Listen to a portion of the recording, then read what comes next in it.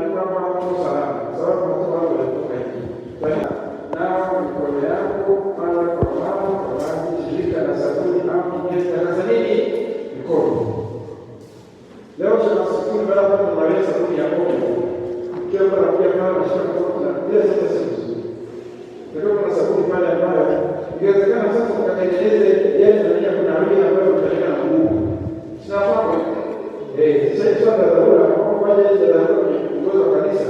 Tupate ile ndio kwa kisha pale unakanyaga unanawa na sio kama kutumia sabuni ya kutumia hivi kwenye hivi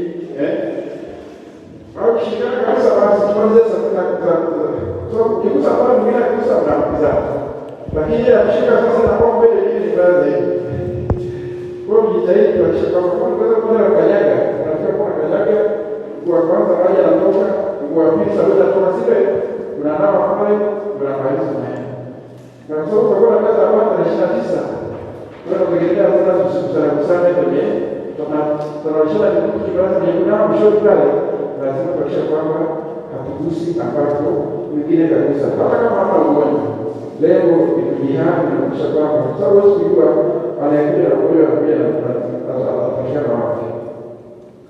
Unapokuwa kohoa au kuja chake ziba mkono kwa kiwili kwa kiwili unakumbuka ndio kwa sura piga tu kwa kitu na ruka tunasema matematika na ibada weka mkono kidogo pale au kama kitamba ziba nini ziba mkono na mkono na mkoa na kohoa.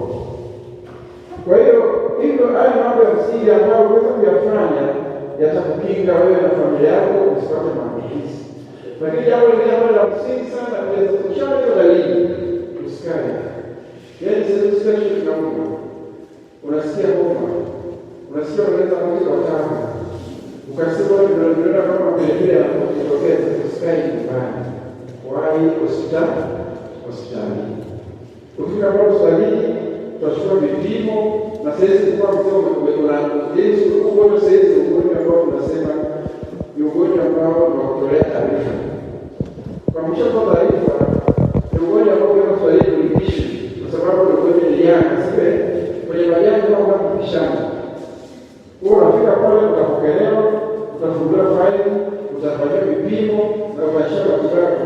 Lengo ni kwamba tusaidie kupona kusaidia wengine.